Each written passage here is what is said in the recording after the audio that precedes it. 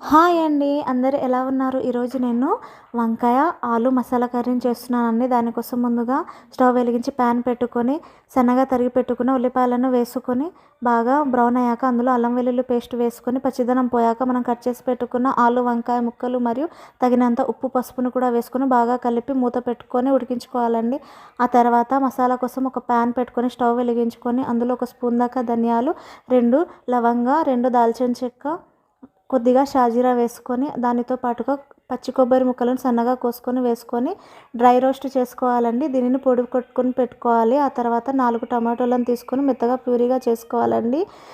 ఈ మసాలాని మరియు టమాటో ప్యూరీని ఆలు వంకాయలో వేసుకొని బాగా కలుపుకోవాలండి. ఆ తర్వాత తగినంత కారం వేసుకోవాలండి. మీరు తినేదాన్ని బట్టి వేసుకొని బాగా కలుపుకోవాలండి. ఆ తర్వాత సగం కప్పు దాకా పెరుగును వేసుకొని బాగా కలుపుకోవాలండి. బాగా కలుపుకున్నాక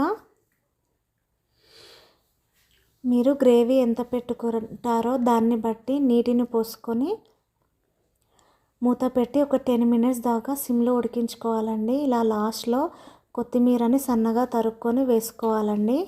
10 మినిట్స్ దాకా సిమ్లో ఉడికించుకొని దించేసుకుంటే ఎంతో టేస్టీగా ఉండే ఆలు వంకాయ మసాలా కర్రీ రెడీ అండి.